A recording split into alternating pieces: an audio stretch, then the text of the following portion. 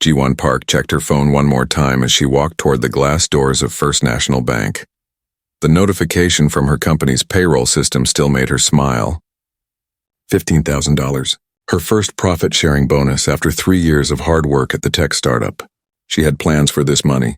Some would go toward her student loans. Some would help her parents with their mortgage. The rest would finally start her emergency fund. The bank lobby was quiet for a Tuesday afternoon. Only 3 other customers waited in the carpeted space. Soft music played from hidden speakers. Ji-won joined the line behind an elderly man in a golf shirt. She smoothed down her work blazer and shifted her purse to her other shoulder. The bonus check was safely tucked in her wallet, printed on official company paper with the logo at the top. 2 teller windows were open. A young man with red hair served customers at the first window. At the second window stood a woman with gray hair pulled back in a tight bun. Her name tag read Margaret Sullivan. She looked to be in her 50s with thin lips and sharp eyes behind wire-rimmed glasses. Margaret finished with her customer and called out in a flat voice, "Next in line, please." Ji-won stepped forward with a polite smile. She placed her wallet on the counter and pulled out her deposit slip, already filled out with her account number and the deposit amount. Margaret glanced at Ji-won, then at the deposit slip. Her expression did not change. "Good afternoon," Ji-won said. "I would like to make a deposit, please." Margaret took the deposit slip without responding. Her eyes landed on the amount.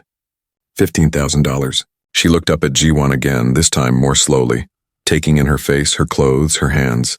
Something shifted in Margaret's expression. Her mouth tightened slightly. "Do you have the check?" Margaret asked. Ji-won pulled out the check and handed it over. It was a standard business check with her company's name printed clearly at the top. Her name was typed in the pay to line. The amount was written in both numbers and words. Everything looked exactly as it should. Margaret held the check up to the light. She turned it over, examining the back. Then she held it up to the light again, squinting at it from different angles. She picked up a pen and tapped it against the counter while staring at the check. The tapping sound seemed loud in the quiet bank. "Where did you get this check?" Margaret asked. Her tone had changed. It was no longer neutral. There was suspicion in it now. Ji-won felt a small flutter of confusion in her chest. "It is from my job. It is my profit-sharing bonus." "Your job," Margaret repeated. She looked at the company name on the check. "And what do you do at this company?" "I am a software engineer." Margaret's eyebrows rose slightly. She held the check up to the light once more. "This is a very large amount." "Yes," Ji-won said, keeping her voice calm. "It is my annual bonus. We get them every October." "I will need to see some additional identification," Margaret said. Ji-won blinked. "I already gave you my deposit slip with my account number. I can show you my debit card if you need it." "I need more than that." Margaret set the check down but kept her hand on it. "Do you have a driver's license?" Ji-won pulled out her license and handed it over. Margaret studied it carefully, looking back and forth between the photo and Ji-won's face multiple times. She wrote down the license number on a piece of paper. Behind Ji-won, another customer joined the line. Ji-won could feel their presence, could sense them wondering why this was taking so long. "Do you have any other identification?" Margaret asked. "Work badge? Passport? Why do you need all of this?" Ji-won asked. She kept her tone polite but firm. "This is just a regular deposit." Margaret did not answer the question. "Just trying to be thorough.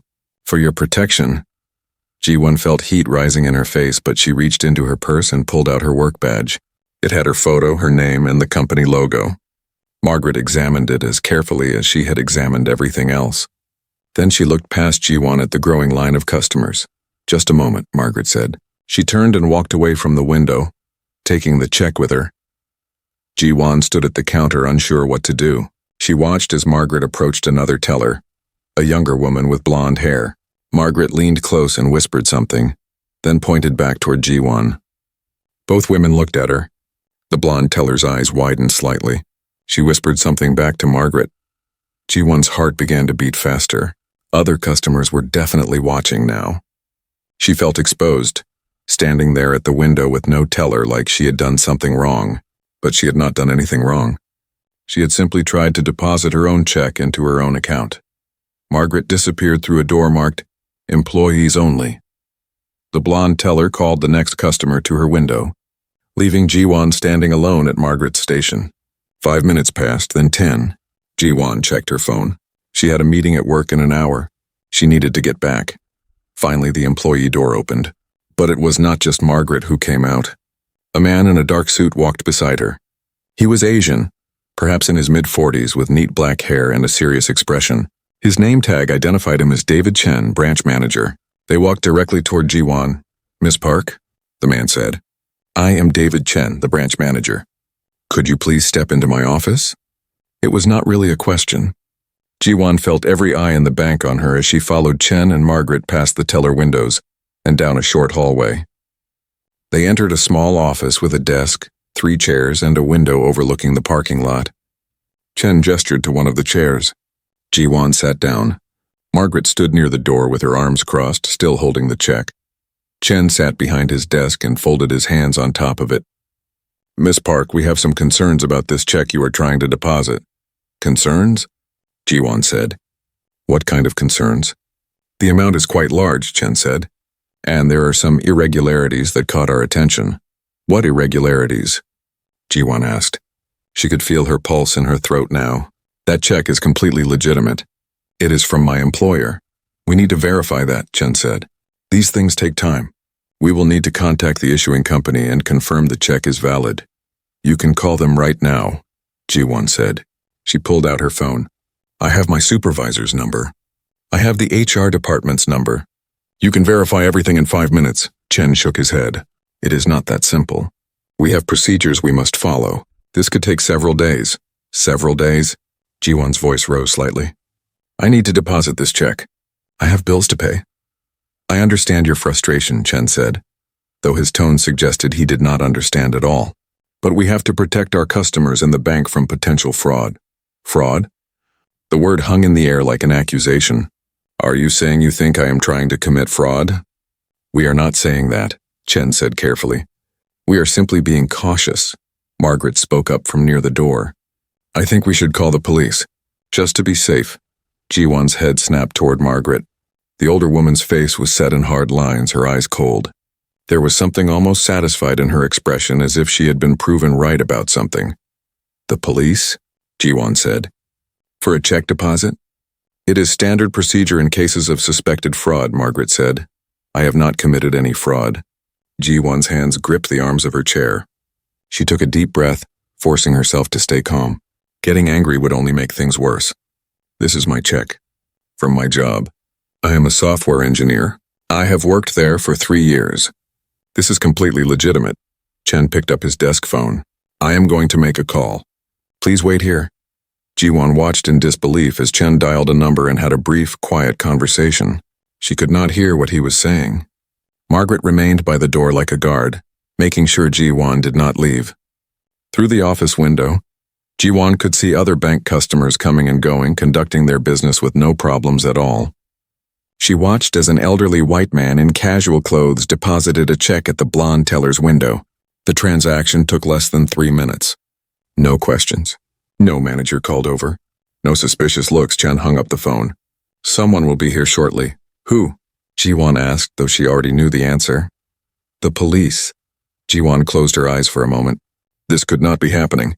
20 minutes ago, she had walked into this bank as a regular customer with a regular deposit. Now she was sitting in an office waiting for the police to arrive because a bank teller decided she looked suspicious. She knew exactly why Margaret had decided that. Jiwon had seen that look before, had felt that suspicion before. It was the same look she got when she walked into expensive stores. The same suspicion she felt when she drove through certain neighborhoods. The same assumption that she did not belong, that she could not possibly have earned $15,000 honestly. But knowing why did not make it any easier to sit in this chair and wait. Jiwon pulled out her phone and sent a quick text to her supervisor, letting him know she might be late returning from lunch. Then she sent another text to her lawyer friend from college. She had a feeling she was going to need legal advice before this day was over. 20 minutes later, there was a knock on the office door. Chen opened it to reveal a woman in plain clothes with a badge clipped to her belt. She was Latina in her late 30s with dark hair pulled back in a ponytail. "I am Detective Sarah Martinez," the woman said. She looked at Jiwon with professional assessment, then at Chen and Margaret. Someone called about suspected check fraud? Detective Martinez stepped fully into the office and closed the door behind her. Chen stood up from his desk and Margaret finally moved away from her position near the door. Both of them looked relieved that the detective had arrived, as if her presence validated their concerns.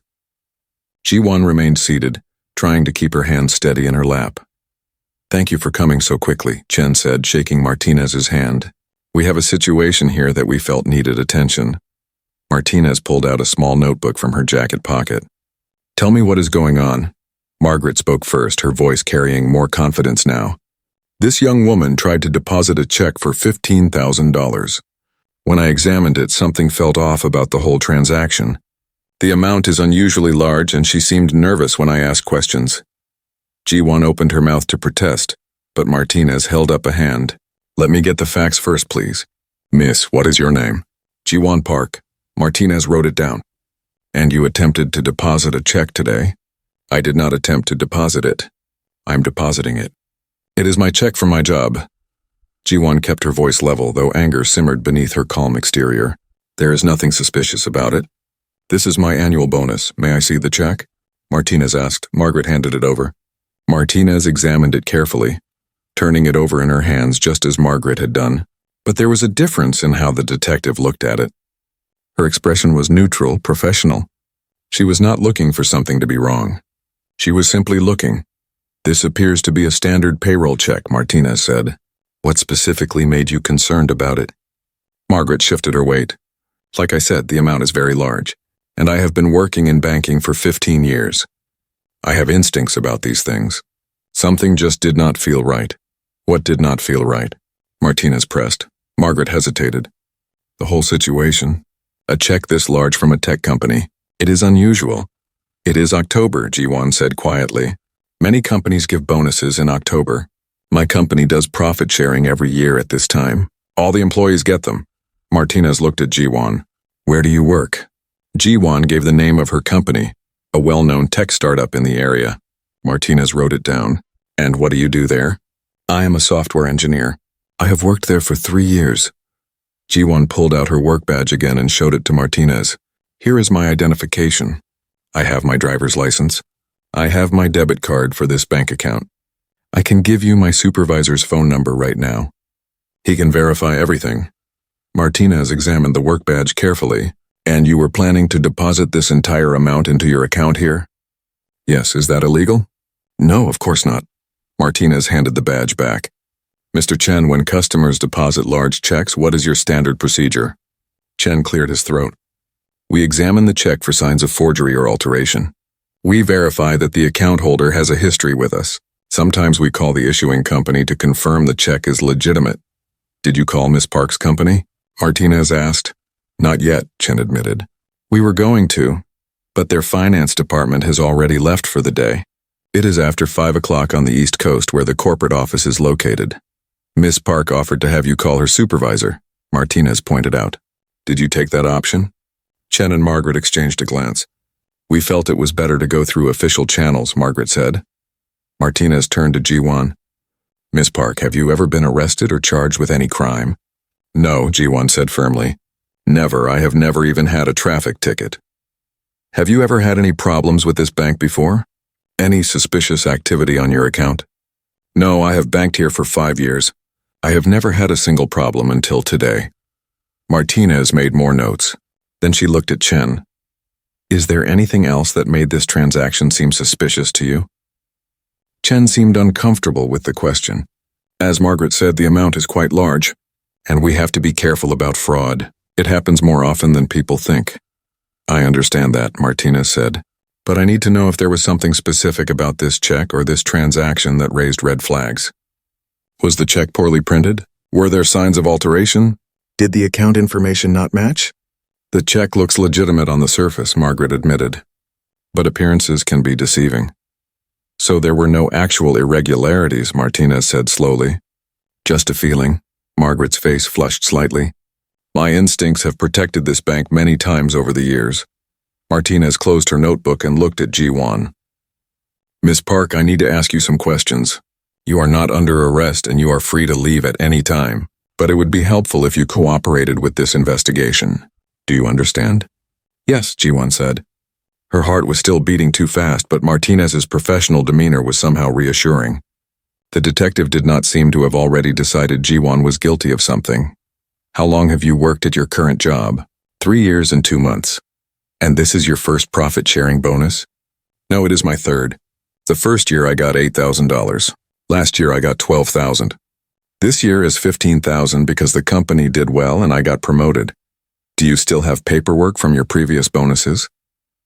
Ji-won thought about it. I might have the deposit receipts at home. I can check. That would be helpful. Martinez turned to Chen. Do your records show previous large deposits from this company into Miss Park's account? Chen shifted uncomfortably. I would need to check our system. Please do that. Chen sat down at his computer and began typing. The office fell silent except for the clicking of keys. Ji-won watched the branch manager's face as he scrolled through information on his screen. His expression changed slightly. He stopped typing. Well? Martinez asked. There are 2 previous deposits from the same company, Chen said quietly. One for $8,000 and one for $12,000. Both in October of previous years. Both were processed without any issues. Martinez looked at Margaret. So Miss Park has a history of receiving large bonus checks from this company. And those checks have always been legitimate. Margaret's lips pressed into a thin line. She said nothing. Miss Park, Martinez continued, do you have any documentation about this year's bonus? An email from your company, perhaps? A pay stub? Ji-won pulled out her phone. Yes, I got an email from payroll this morning. She opened her email app and showed Martinez the message. It was from her company's payroll department, explaining that profit-sharing bonuses were being distributed and listing the amount each employee would receive based on their position and performance. Ji-won's name was in the email along with the amount of $15,000. Martinez read the email carefully. This looks very official. May I take a photo of this with my phone for my records? Of course. Martinez took several photos of the email, making sure to capture all the details. Then she turned to Chen and Margaret. Based on what I am seeing here, I do not have any reason to suspect fraud. Miss Park has documentation for this check. She has a history of receiving similar checks that were legitimate. She has identification proving who she is, and she has been completely cooperative. But we have not verified the check with the company yet, Margaret protested. What if it is fake? That is a valid concern, Martinez said. But it is not a police matter at this point. If you want to hold the check until you can verify it with the company, that is between you and your customer. But I see no evidence of criminal activity here. Ji-won felt a wave of relief, but it was mixed with frustration. So I can go? Yes, Martinez said. Unless Mr. Chen has more questions for you. Chen looked trapped. We still need to verify the check before we can process the deposit. How long will that take? Ji-won asked. A few days, most likely. We will call the company tomorrow when their finance department is open. A few days. Ji-won could not keep the frustration out of her voice now. I need this money. I have bills to pay. You just heard from the detective that everything looks legitimate. You can see my history of deposits from this company. What more do you need? It is our policy, Chen said, but he sounded uncertain now. Ji-won stood up. Is this your policy for everyone? Or just for me? The question hung in the air. Chen and Margaret both looked uncomfortable. Neither of them answered. Martinez was watching them carefully. Ji-won could see the detective's eyes moving between the 3 people in the office, reading the situation. Miss Park has a right to ask that question, Martinez said quietly, and I would be curious to know the answer myself. We treat all customers fairly, Margaret said, but her voice lacked conviction. Ji-won looked at Martinez. While we were waiting for you, I watched another customer deposit a large check, an elderly white man. The transaction took 3 minutes. No questions. No manager called over. No police. How large was the check? Martinez asked. I could not see the exact amount, but it looked similar to mine based on how it was written. Martinez turned to Chen. Is that true? Chen's face had gone pale. I was not on the floor at that time. I cannot speak to what happened with other customers. I was, Margaret said. That gentleman is a regular customer. I know him. And Miss Park has been a customer here for 5 years, Martinez pointed out. with a clear history of legitimate deposits from her employer. So why did she receive different treatment? No one answered. The silence was heavy and uncomfortable. Jiwon pulled out her wallet and found a business card. This is my lawyer. I am going to contact him about this situation. I would like a receipt showing that you have taken possession of my check, and I want it in writing that you will call my employer tomorrow to verify it. Chen looked relieved to have something concrete to do. Of course. I can write that up right now. While Chen typed up the documentation, Jiwon stood near the window. Her hands were shaking now that the immediate crisis was over. She felt angry and humiliated and exhausted all at once. She had done nothing wrong, yet she had been treated like a criminal, and she knew it was because of the color of her skin, even if no one in this room would admit it. Martinez stepped closer to her and spoke in a low voice. Are you okay? No, Jiwon said honestly, but I will be. What happened here today was not right, Martinez said quietly. I cannot tell you what to do, but if I were you, I would document everything. Keep records. And yes, talk to your lawyer. Jiwon looked at the detective with surprise and gratitude. Thank you. Chen finished printing out the receipt and handed it to Jiwon. It listed the date, the check amount, and a promise to contact her employer within 24 hours. Jiwon folded it carefully and put it in her wallet. I will be expecting a call from you tomorrow, she said to Chen. If I do not hear from you by noon, I will be calling my lawyer. She walked out of the office with as much dignity as she could manage, Martinez following behind her. In the lobby, customers were still conducting their banking business as if nothing had happened. The blonde teller smiled at an elderly woman. The red-haired teller laughed at something a customer said. Everything was normal for them, but nothing felt normal for Jiwon anymore. Jiwon sat in her car in the bank parking lot for 10 minutes before she felt calm enough to drive. Her hands still shook when she tried to put the key in the ignition. She took deep breaths and stared at the bank through her windshield. People walked in and out of the glass doors like it was just another ordinary day. For them it was. For her, everything had changed. She finally started the car and drove back to her office. Her supervisor, Min-Jun Kim, noticed immediately that something was wrong when she walked past his desk. He was Korean-American in his early 40s and had mentored Jiwon since she started at the company. What happened? He asked, following her to her cubicle. You look upset. Jiwon sat down at her desk and told him everything. The words came out in a rush. The suspicious looks from Margaret. The unnecessary questions. The branch manager appearing. The police being called. The other customer who had deposited a check with no problems at all. When she finished, Min-Jun was quiet for a long moment. They called the police because you tried to deposit your bonus check, he said slowly, as if testing the words to make sure he heard them correctly. Yes. Your legitimate bonus check. That we issued. That is printed on our official company checks. Yes. Min-Jun's jaw tightened. That is unacceptable. What do you need from me? They want to call the finance department tomorrow to verify the check. I need you to make sure someone is available to take that call and confirm everything immediately. Consider it done. I will call finance right now and explain the situation. Min-Jun paused. You should also document everything that happened while it is fresh in your mind. Write down every detail. Times, names, exactly what was said. If you decide to take legal action, that documentation will be important. Jiwon nodded. She opened a new document on her computer and began typing. She wrote down everything she could remember, from the moment she approached Margaret's window to the moment she left the bank. She included descriptions of the other customers she had seen, particularly the elderly white man, who had deposited a large check with no scrutiny at all. She wrote down the names of everyone involved. She noted the times based on the timestamps in her emails and text messages. By the time she finished, the document was 3 pages long. When she got home that evening, she called her friend James Wilson. They had gone to college together, and he was now a lawyer specializing in civil rights cases. She explained what had happened. James listened without interrupting. When she finished, he was silent for a moment. Did anyone use any racial language? No, but they did not need to. The discrimination was clear in how they treated me compared to other customers.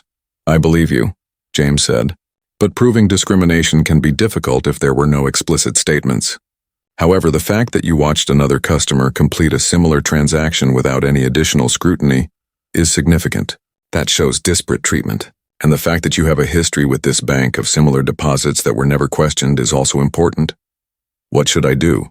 First, make sure that check gets processed tomorrow. If they give you any more problems, call me immediately. Second, I want you to request the security footage from yesterday. The bank will probably refuse, but we can get it through legal channels if necessary. Third, start thinking about whether you want to file a formal complaint with the bank's corporate office and with banking regulators. I do, Ji-won said without hesitation. What they did was wrong. Then we will make sure they are held accountable, James said. I will draft a letter tonight. We can send it to the bank tomorrow after your check is processed. That night, Ji-won could not sleep. She kept replaying the scene in her mind. Margaret's suspicious face. The way she had held the check up to the light over and over. The cold satisfaction in her voice when she suggested calling the police. The humiliation of sitting in that office while other customers went about their business. The assumption that she had done something wrong, that she was trying to commit fraud, that a young black woman could not possibly have earned $15,000 honestly. She had worked so hard for that bonus. 60-hour weeks. Complex coding problems, presentations to clients, extra projects that she took on to prove herself. And in a matter of minutes, Margaret had made her feel like a criminal. The next morning, Ji-won called the bank at 9 o'clock. Chen answered his office phone. This is Ji-won Park. I am calling to check on the status of my deposit. Miss Park? Yes. Chen's voice was cautious. I have not had a chance to contact your employer yet. It is still early. Their finance department opens at 8 o'clock Eastern Time. That was an hour ago. I need this resolved today, I understand. I will make the call within the next hour. I will wait by my phone, Ji-won said. And if I do not hear from you by noon, my lawyer will be contacting you. She hung up before Chen could respond. At her desk, she tried to focus on work but found it impossible. She kept checking her phone every few minutes. Min-jun stopped by her cubicle. Finance is ready for the call, he said. I explained the situation to them. They are not happy about how you were treated. Thank you. At 10:30, her phone rang. It was Chen. Miss Park, I have contacted your employer. They confirmed that your check is legitimate and that you are a valued employee. I apologize for the delay in processing your deposit. When will the funds be available? I can make them available immediately. And again, I apologize for any inconvenience. Inconvenience, Ji-won repeated. The word felt inadequate for what had happened, but she did not want to argue with him on the phone. I will come to the bank this afternoon to get confirmation that the deposit has been processed. That will not be necessary. I can email you the confirmation. I prefer to come in person, Ji-won said firmly. I will be there at 2 o'clock. And I will be bringing my supervisor and my lawyer. There was a pause. Of course. I will make sure I am available. At 2 o'clock, Ji-won walked into the bank with Min-jun on one side and James on the other. Margaret was at her window helping a customer. She looked up when they entered, and her face went pale.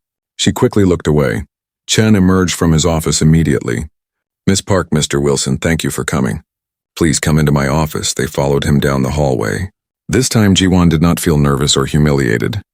She felt angry and determined. Chen gestured for them to sit, but James remained standing. Mr. Chen, I am James Wilson, Miss Park's attorney. I understand the check has been processed? Yes, this morning. The funds are available in Miss Park's account. Good.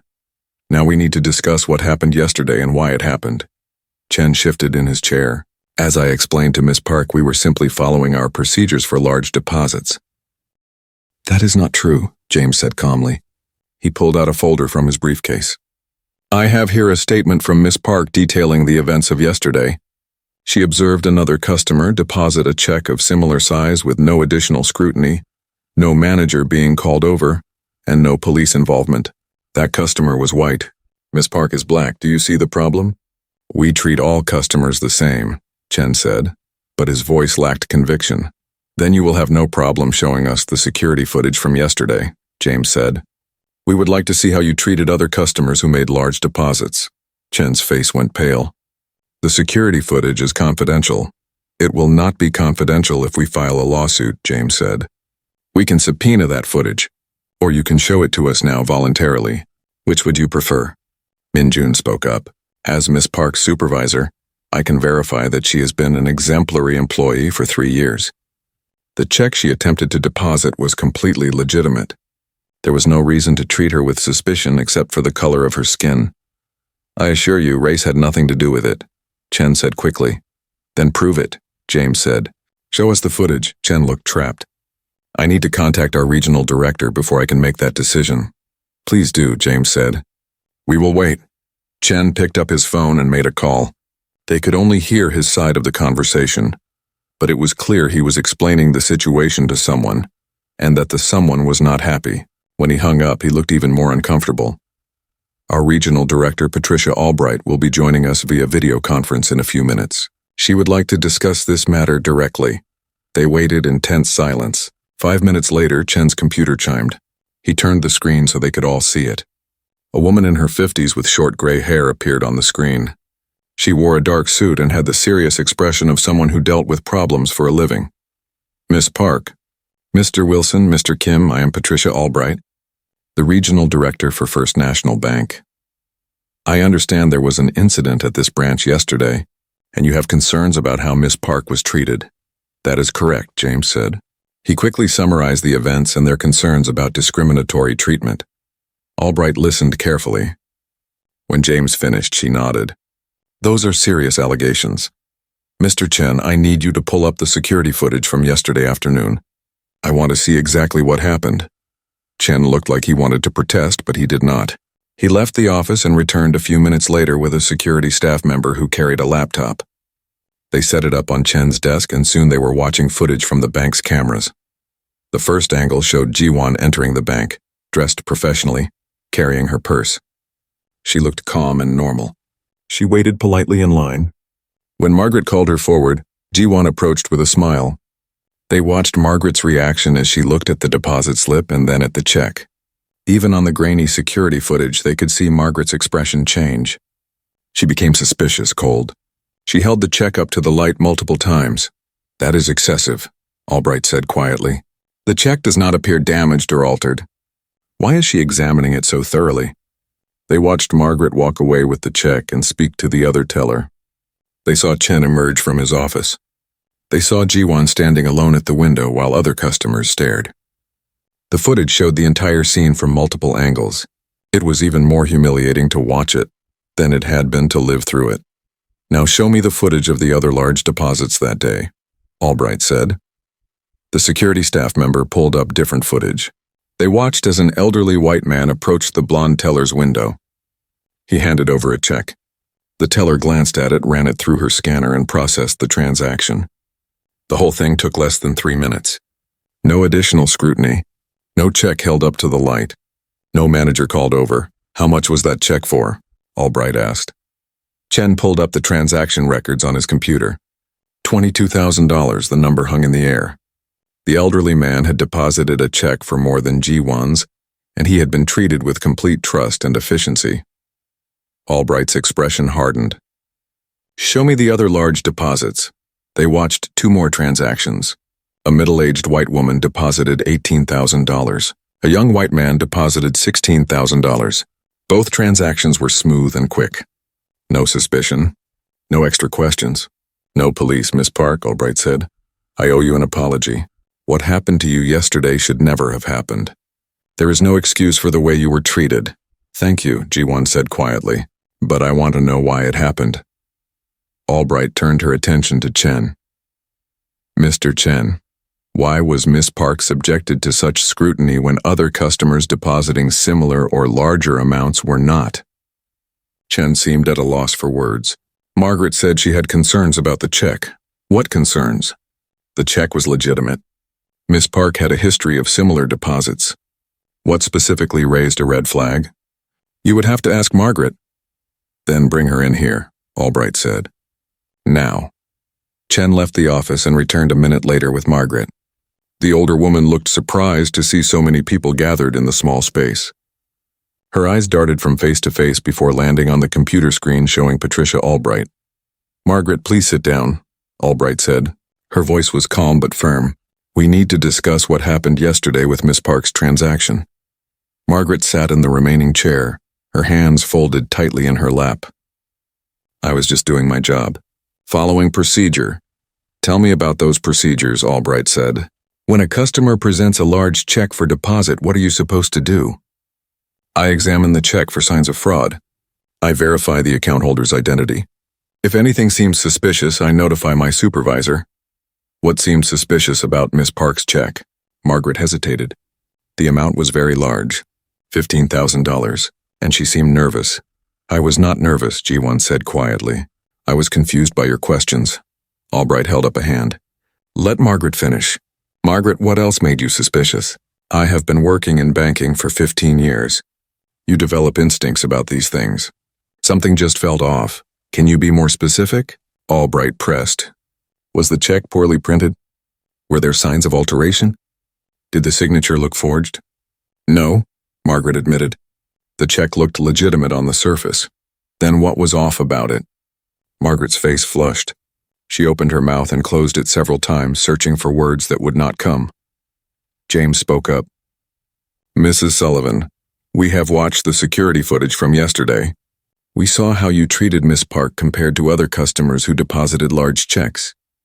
The difference is striking. An elderly gentleman deposited $22,000 at the next window. You processed that transaction in 3 minutes with no questions. Why did Miss Park's smaller check require police involvement? That gentleman is a regular customer, Margaret said. I know him. Miss Park has been a customer at this bank for 5 years, James countered. She has deposited bonus checks from the same company for the past 3 years. All of them were legitimate. So she is also a regular customer, yet you treated her like a criminal. Margaret's face grew redder. I was trying to protect the bank. From what? James asked. From a legitimate customer making a legitimate deposit? I thought. Margaret started, then stopped. What did you think? Albright asked. The question was gentle but insistent. Margaret looked down at her hands. I thought it was suspicious that someone her age would have that much money. She is 26 years old and works as a software engineer, Minjun said. His voice was tight with controlled anger. Software engineers at our company make good salaries. We give generous bonuses. There is nothing unusual about a 26-year-old engineer having $15,000. And yet, James said, you had no problem with the 22-year-old white man who deposited $16,000. We saw that on the footage too. He looked younger than Miss Park. You processed his check without hesitation. Margaret said nothing. The silence in the office was heavy. Albright leaned forward on the video screen. Margaret, I am going to ask you a direct question and I need an honest answer. Did Miss Park's race factor into your decision to treat her transaction as suspicious? No, Margaret said quickly. Too quickly. No, I would never do that. I treat all customers the same. The video footage suggests otherwise, Albright said. We have clear evidence of disparate treatment. Other customers with similar or larger deposits were processed efficiently. Miss Park was questioned extensively, had police called on her, and was humiliated in front of other customers. The only obvious difference between Miss Park and those other customers is race. That is not fair, Margaret protested. You are making me sound like a racist. I am not a racist. I am not interested in labels, Albright said. I am interested in actions. And your actions yesterday caused harm to a valued customer and exposed this bank to serious legal liability. Margaret's eyes widened. Legal liability? James nodded. Discrimination in banking is a federal offense. Miss Park has grounds for a lawsuit based on disparate treatment. She has documentation of the incident, witness testimony, and security footage showing how differently she was treated compared to white customers. I want to see more footage, Albright said. Pull up the past 6 months of Margaret's transactions. I want to see if there is a pattern here. The security staff member began typing on his laptop. Shen looked like he wanted to disappear. Margaret sat very still, her face pale now instead of flushed. Over the next hour, they watched footage of Margaret's interactions with customers over the past 6 months. A pattern emerged that became impossible to ignore. When black customers approached her window, Margaret's demeanor was colder, more suspicious. She asked more questions. She examined checks and identification more carefully. She called for supervisors more frequently. One incident stood out. A black woman in her 30s had tried to deposit a check for $8,000. Margaret had questioned her extensively about where the money came from. The woman explained it was a tax refund. Margaret had insisted on calling the IRS to verify it, even though the check was clearly printed on official government paper. The transaction had taken 45 minutes. Meanwhile, at the next window, a white man deposited a $10,000 tax refund with no questions at all. Another incident showed a young black man trying to deposit his paycheck for $1,200. Margaret had asked for 2 forms of identification and questioned why his paycheck was so large. It turned out he worked overtime hours. The scrutiny was completely unnecessary. But when white customers approached Margaret's window, the transactions were smooth and efficient. She smiled more. She made small talk. She trusted them. "This is a clear pattern of discrimination," James said. "Multiple incidents over 6 months. This is not about one bad day or one misunderstanding. This is systematic bias." Albright's expression was grave. "Margaret, I am suspending you immediately pending a full investigation. You will need to leave the premises now." "What?" Margaret stood up abruptly. "You are suspending me because I was trying to do my job?" "You were not doing your job," Albright said firmly. "You were profiling customers based on race. That violates our policies, federal law, and basic human decency. This is not fair." Margaret's voice rose. "I have worked here for 15 years. I have never had a complaint." "That does not mean your actions were not harmful," Albright said. "It means people did not feel safe complaining. How many customers did you treat this way who simply left and never came back? How many people did you humiliate who did not have the courage or resources to fight back?" Margaret grabbed her purse from where she had set it on the floor. "Fine, suspend me. But you are wrong about this. I am not a racist. I have black friends." She stormed out of the office. The door slammed behind her. Everyone sat in stunned silence for a moment. "Miss Park," Albright said, "I cannot apologize enough for what you experienced. Margaret's behavior was completely unacceptable, but I also need to acknowledge that this is not just about one employee. The fact that this pattern was allowed to continue for 6 months suggests failures at the management level as well." She looked at Chen. "Mr. Chen, why did you not notice this pattern? You are the branch manager. You see these interactions every day." Chen looked uncomfortable. "I did not realize there was a pattern. Margaret is an experienced teller. I trusted her judgment. Did anyone ever raise concerns about her treatment of customers?" Albright asked. Chen was quiet for a moment. "There were a few comments over the years. Customers saying they felt unwelcome or judged, but nothing specific enough to act on. In other words, there were warning signs and you ignored them," Albright said. "That is a management failure. You will be receiving a formal reprimand and you will be required to complete diversity and bias training." "Yes, ma'am," Chen said quietly. Albright turned her attention back to Ji-won. "Miss Park, I understand that an apology is not enough. The bank has caused you harm and we need to make this right. Your check has been processed, but I would like to offer you compensation for your distress and humiliation. Additionally, I want to assure you that we are taking this matter seriously. We will be implementing new policies and training to ensure this never happens again." "What kind of policies?" Ji-won asked. She wanted specifics, not just vague promises. First, mandatory bias training for all employees at all levels. Second, a third-party review of our transaction patterns to identify any other instances of potential discrimination. Third, a confidential reporting system so customers can report concerns without fear. Fourth, regular audits of how employees treat customers, including review of security footage. And fifth, a community advisory board that will help us understand and address the concerns of all our customers. James made notes as Albright spoke. Those sound like good first steps. But Miss Park and I will need to discuss what compensation is appropriate for the harm that was done. "Of course," Albright said. "Please work with our legal department to reach a fair settlement. We do not want this to go to litigation if we can avoid it." "That will depend on whether the bank follows through on its commitments," James said. "Words are easy. Actions are harder. You have my word that we will follow through," Albright said.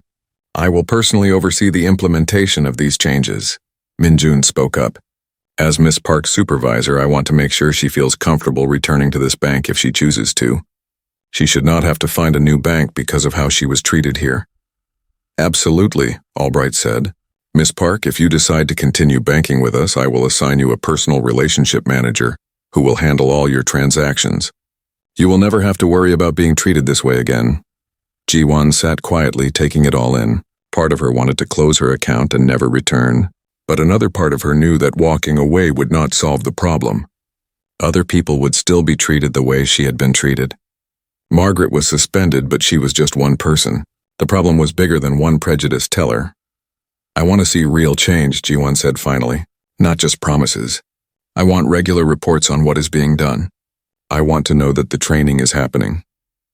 I want to see the results of the audits. And I want to be part of the community advisory board if one is created. All of that can be arranged, Albright said. You have my direct contact information. Please use it. I want to hear from you and I want to make sure we are accountable to you. The meeting ended shortly after that. As they walked out of the bank, Ji-won felt exhausted but also strangely empowered. She had stood up for herself. She had not let them dismiss her concerns or sweep the incident under the rug. She had demanded accountability and she had gotten it, at least in words. Now she would see if the actions matched the promises. You did well in there, James said as they reached the parking lot. Standing up to corporate executives is not easy. I was scared the whole time, Ji-won admitted. Courage is not the absence of fear, Min-jun said. It is acting despite fear. You were very brave. Ji-won looked back at the bank building. Through the glass doors, she could see customers conducting their business. From the outside, everything looked normal. But she knew that things had changed, at least for now. Whether those changes would last remained to be seen. That evening, Ji-won sat at her kitchen table with her laptop open in front of her. She had been thinking about what James said about documentation. If she wanted real change, not just promises, she needed to make sure other people knew what had happened. She needed to share her story. She opened a new document and began to write. She wrote about walking into the bank with her legitimate check. She wrote about Margaret's suspicious looks and unnecessary questions. She wrote about being treated like a criminal, while other customers were trusted without question. She wrote about the police being called. She wrote about the humiliation and fear, but she also wrote about standing up for herself, about demanding to see the security footage, about refusing to let them sweep the incident away. When she finished, the post was long and detailed. She read it over several times, making sure every fact was accurate. Then she took a deep breath and posted it to her social media accounts with the hashtag banking. While black, the response was immediate. Within an hour, her post had been shared dozens of times. People she did not know were commenting, sharing their own stories of discrimination in banks and other businesses. Some of the stories made her heart ache. An elderly black woman who had been accused of stealing from her own account. A young black man who was denied a loan despite having excellent credit. A black business owner who was asked for extra documentation that white applicants never needed. By the next morning, her post had been shared thousands of times. Local news stations reached out asking for interviews. National media outlets picked up the story. Suddenly, what had happened to her in that small bank branch was being discussed across the country. The bank was not prepared for the attention. Their phone lines were overwhelmed with calls. People posted negative reviews online. Some customers said they were closing their accounts in protest. Community activists organized a protest outside the bank branch, carrying signs that read, "Banking while black should not be a crime and we deserve respect." Ji-won watched the news coverage from her apartment.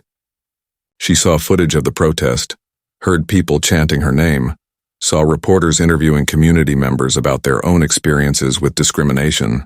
It was overwhelming and humbling and frightening all at once. Her phone rang. It was Patricia Albright. "Miss Park, I wanted to let you know that Margaret Sullivan's employment has been terminated. After reviewing the full extent of her discriminatory behavior, we determined that suspension was not sufficient. She is no longer employed by First National Bank." "Thank you for letting me know," Ji-won said. She felt a complicated mix of emotions. She was glad Margaret would not be able to treat other customers the way she had been treated. But she also knew that firing one person was not enough. "I also wanted to discuss the compensation we mentioned," Albright continued. "Our legal team has prepared an offer. They will be contacting your attorney with the details. I appreciate that, but I want to make sure we are clear about something. This is not just about compensation for me. This is about making sure real change happens. I understand, and I want you to know that we are moving forward with all the initiatives we discussed. The bias training has been scheduled for all employees. We have hired an independent firm to audit our transaction patterns, and we are forming the Community Advisory Board. I would very much like you to be part of that board." "I will consider it," Ji-won said, "but I need to see action first, not just plans." Actual results. Fair enough, Albright said. I will make sure you receive regular updates on our progress. After she hung up, Jiwon called James to tell him about the conversation. He had already received the settlement offer from the bank's legal team. It is a substantial offer, he said. But before you make any decisions, I want you to think about what you really want from this situation. Is it money? Is it change? Is it accountability? Or is it all of those things? Jiwon thought about the question. I want the money because I deserve compensation for what they put me through. But more than that, I want to make sure this does not happen to anyone else. I want real lasting change. Then we negotiate for both, James said. Money for you and commitments for change. And we make sure those commitments are legally binding. Over the next week, James negotiated with the bank's legal team. The final settlement included financial compensation for Jiwon, but it also included specific, measurable commitments from the bank. They agreed to complete the bias training within 90 days. They agreed to publish the results of the independent audit. They agreed to establish the community advisory board with actual decision-making power. And they agreed to regular public reporting on their progress in addressing discrimination. But even as the settlement was being finalized, Jiwon realized her story had taken on a life of its own.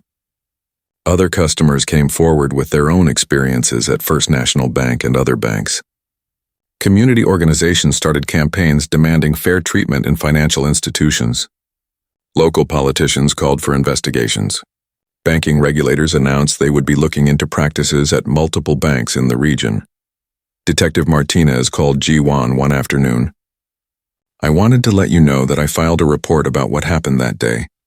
I noted that I saw no evidence of criminal activity and that the bank appeared to have racial bias in how they treated customers.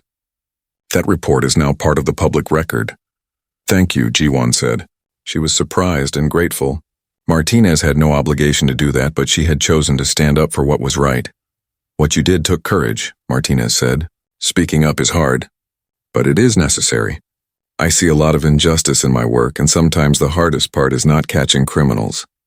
It is addressing the everyday bias that makes life harder for people who do not look like the majority. 3 weeks after the incident, the bank held a community meeting.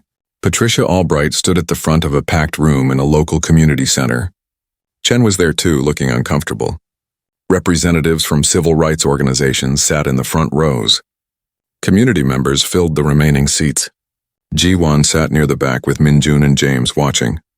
Albright began by acknowledging what had happened. She did not minimize it or make excuses. She described the incident with Jiwon, showed data from the independent audit that revealed patterns of discrimination, and admitted that the bank had failed in its responsibility to treat all customers fairly. The data was damning. Over the past 3 years, Black customers at that branch were 3 times more likely to have their transactions flagged for additional scrutiny compared to white customers. Even when the transactions were identical in size and type, Black customers waited longer for service. They were asked for additional identification more frequently. They were questioned about the source of their deposits more often. This is unacceptable, Albright said, and I am not going to stand here and pretend we did not know there was a problem. The warning signs were there. Customers complained. Employees raised concerns, and we did not take it seriously enough. That changes now. She outlined the steps the bank was taking. Every employee, from tellers to executives, had completed bias training. The bank had hired a diversity officer who would report directly to the CEO. They had established new procedures for handling transactions that removed opportunities for individual bias. All large deposits would now be processed by multiple employees to ensure consistency. Security footage would be regularly reviewed to identify discriminatory behavior, and they had created a confidential hotline where customers could report concerns. We are also committing to transparency, Albright said. Every quarter we will publish data on our transaction patterns broken down by race. We will show you whether we are treating all customers fairly, and if we are not, we will explain what we are doing to fix it. When she finished, Albright opened the floor for questions. Community members did not hold back. They asked tough questions about accountability, about whether these changes would last, about what would happen if discrimination continued. Albright answered each question directly, acknowledging when she did not have all the answers but promising to find them. An elderly Black woman stood up. I have been banking at First National for 20 years. I have felt disrespected more times than I can count, but I never thought anyone would listen if I complained. Why should I believe things will be different now? Albright looked at the woman with what appeared to be genuine remorse. I cannot give you a guarantee. All I can say is that we are committed to change and we will be held accountable publicly. If we fail, everyone will know about it. That is because of her, the woman said, pointing at Jiwon. That young woman had the courage to speak up when the rest of us stayed silent. She is the reason you are here tonight making promises. Everyone in the room turned to look at Jiwon. She felt her face grow warm. She had not wanted to be the center of attention, but the elderly woman was right. If Jiwon had simply accepted what happened and walked away, nothing would have changed. After the meeting, people approached Jiwon to thank her. Some shared their own stories. Some just wanted to shake her hand. One young black woman, probably still in high school, looked at her with admiration. You inspired me, the girl said. I was taught to just accept it when people treat me badly because of my race. To keep my head down and not make waves, but you showed me that speaking up matters. Those words stayed with Jiwon long after the meeting ended. She had not set out to be an inspiration or an activist.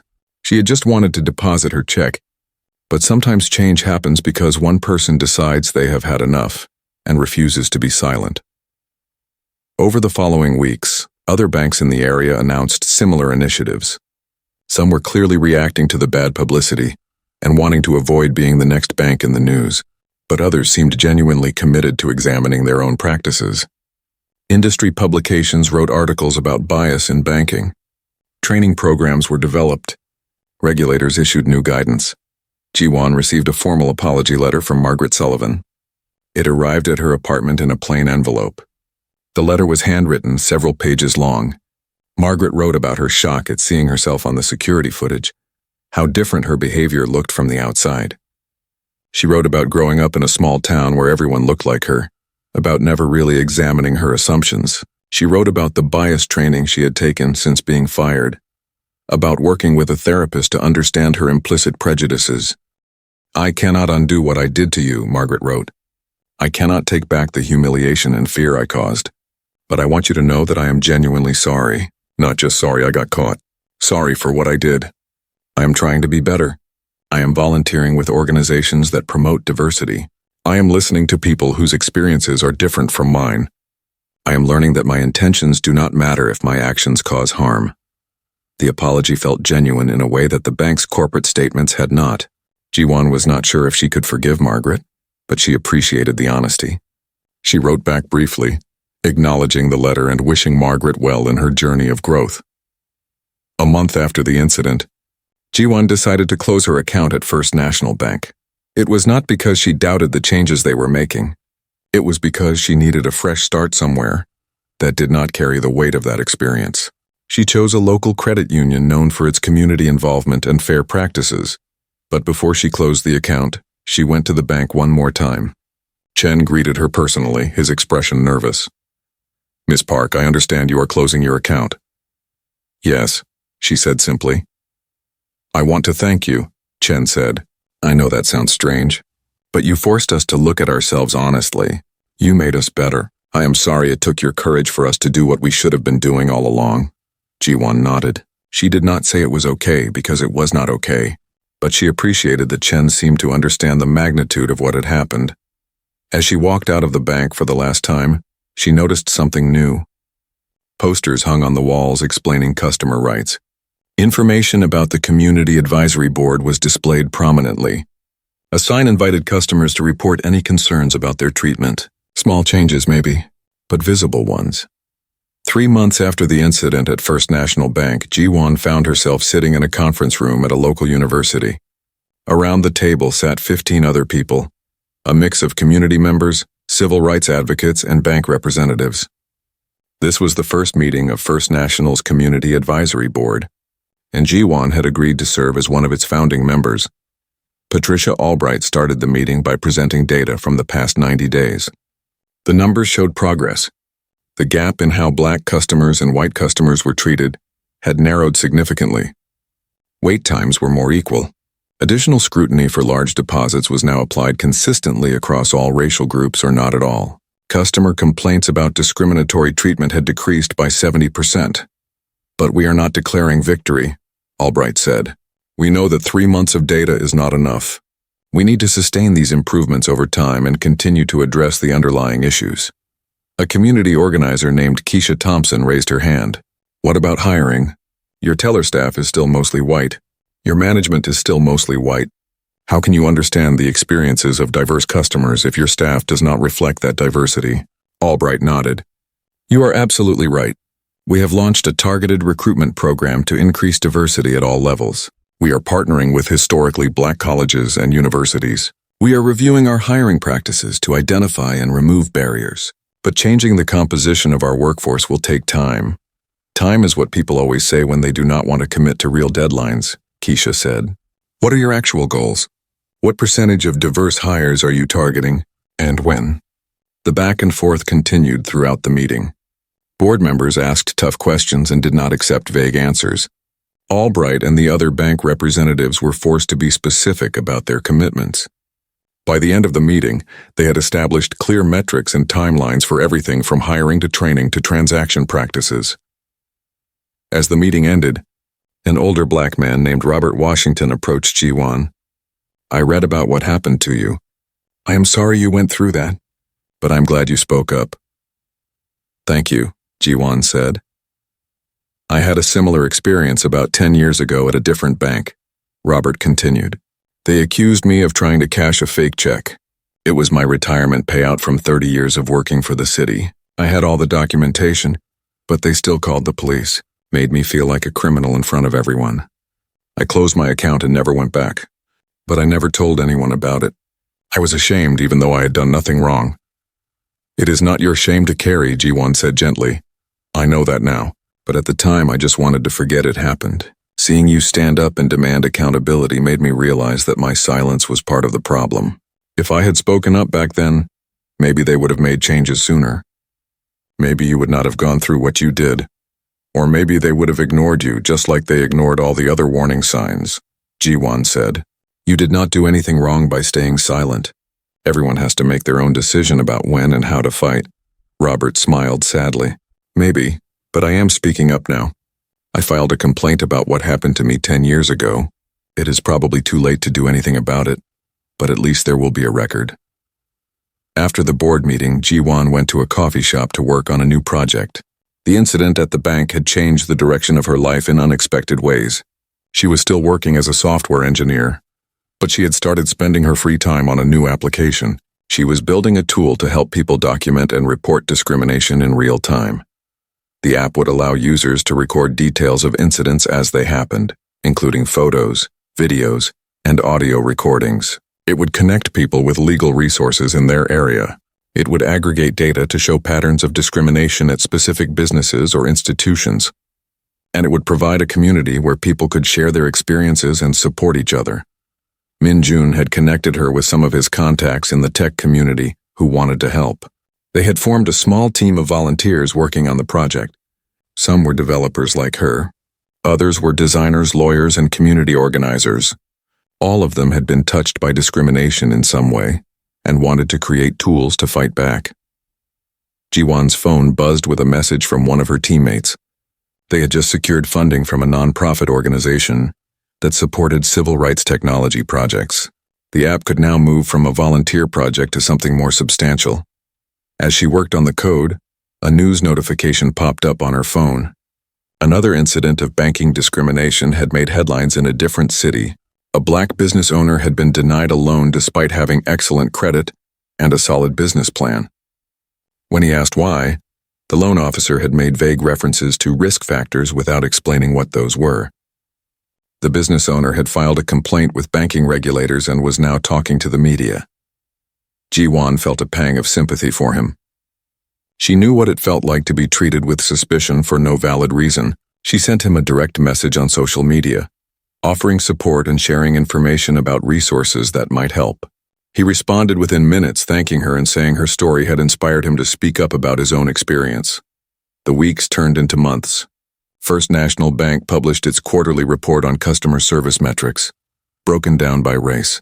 The data showed continued improvement, but also revealed areas where work was still needed. Black customers still waited slightly longer for service on average. Hispanic customers were still more likely to be asked for additional identification. The bank acknowledged these gaps and outlined new initiatives to address them. Other banks began publishing similar reports. Some showed good progress. Others revealed significant problems. The transparency was uncomfortable for the banking industry, but it was necessary. Customers and community organizations used the data to hold banks accountable. Jiwon was invited to speak at conferences about her experience. She talked about the importance of speaking up, but also about the emotional toll it took. She was honest about the fear she felt, the nights she could not sleep, the anxiety that lingered even after the incident was resolved. She wanted people to understand that being an advocate was not easy, but it was necessary. At one conference, a young black woman approached her during a break. "I work as a teller at a bank. After hearing your story and going through the bias training at my bank, I started paying attention to how I treat different customers. I realized I was being harder on some customers than others without even realizing it. I thought I was being fair because I am also black, but I was still judging people based on assumptions. Your story helped me see my own biases." That conversation stayed with Jiwon. She had thought about her story primarily in terms of being a victim of discrimination, but this woman helped her see it differently. The story was also about growth, awareness, and change, not just for institutions but for individuals. 6 months after the incident, Margaret Sullivan requested a meeting with Jiwon through James Wilson. Margaret wanted to apologize in person. Jiwon was hesitant at first but ultimately agreed. They met at a neutral location, a quiet park on a sunny afternoon. Margaret looked different than Jiwon remembered. Smaller somehow, less intimidating. She sat on a bench across from Jiwon, her hands clasped tightly in her lap.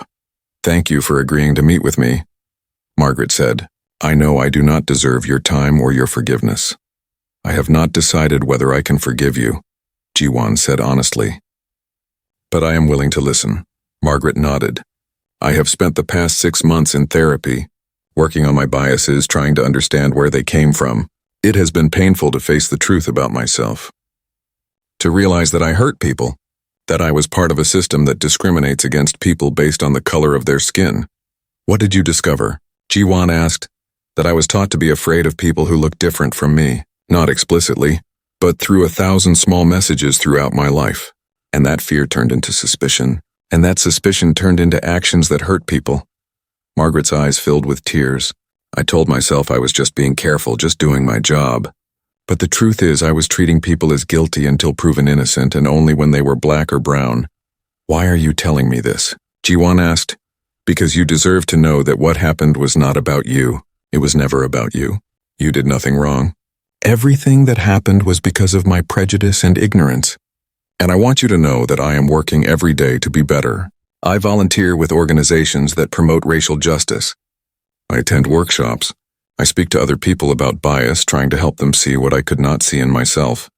Jiwon listened quietly. She appreciated Margaret's honesty, but words alone were not enough. "What you did to me caused real harm," Jiwon said. "I still think about it. Sometimes when I walk into a store or a bank, I wonder if someone is going to treat me like a criminal again. You planted a seed of doubt and fear that is hard to uproot." "I know," Margaret said softly, "and I am truly sorry. I cannot undo what I did, but I hope that by changing myself and speaking up about my own journey, I can help prevent other people from making the same mistakes." They talked for another hour. It was not comfortable, but it was honest. When they parted ways, Jiwon did not tell Margaret that she forgave her. She was not sure if she could or should, but she did tell Margaret that she hoped her journey toward growth was genuine and lasting. A year after the incident, Jiwon received an award from a local civil rights organization for her advocacy work. She stood on a stage in front of hundreds of people and told her story once again. But this time she ended with a different message. "What happened to me at that bank was wrong," she said. "But what happened afterward shows that change is possible. Not easy, not quick, but possible." First National Bank made real changes because people demanded accountability. Other banks followed because customers and community members refused to accept discrimination. And I learned that my voice matters, even when I am afraid to use it. She paused and looked out at the audience. She saw Robert Washington, the man who had finally reported his own experience of discrimination. She saw members of the Community Advisory Board. She saw young people who had reached out to her after experiencing their own incidents of bias. She saw change happening in real time. But this is not over, Ji-won continued. Discrimination still exists in banking and in every other part of our society. People are still judged by the color of their skin rather than the content of their character. So we have to keep speaking up. We have to keep demanding better. We have to keep holding institutions accountable. And we have to support each other through the hard work of creating a more just world. The audience stood and applauded. Ji-won felt tears in her eyes, but they were different from the tears she had cried in that bank office a year ago. These were tears of hope and determination. After the ceremony, Min-jun found her in the crowd. "I am proud of you," he said. "You took something terrible and turned it into something meaningful." "I just tried to deposit a check," Ji-won said with a slight smile. "And you ended up changing an entire industry's conversation about discrimination," Min-jun replied. "That is pretty remarkable." Ji-won went home that night and opened her laptop. The app her team had been building was finally ready to launch. They had called it Speak Up, and it was designed to make it easier for people to document and report discrimination in all its forms. The app included features for recording incidents, connecting with lawyers, finding support groups, and reporting patterns to regulatory agencies. She wrote a blog post to accompany the launch. In it, she told her story one more time.